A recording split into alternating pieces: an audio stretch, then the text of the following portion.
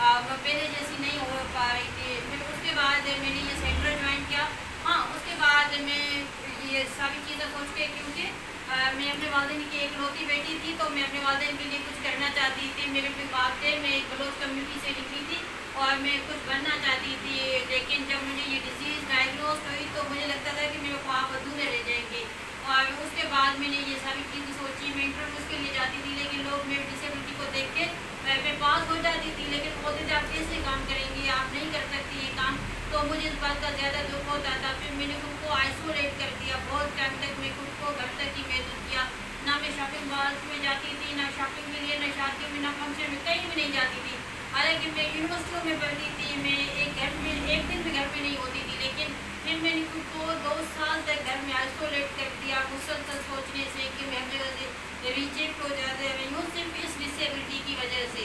मुझे कोई भी जॉब भी नहीं मिल रही थी और ना ही मुझे मतलब ये माशरा एक्सेप्ट कर रहा था। फिर 2 साल के बाद मुझे यहाँ के सेंटर का फेसबुक पे मैंने पेज देखा, सर से रब्ता किया।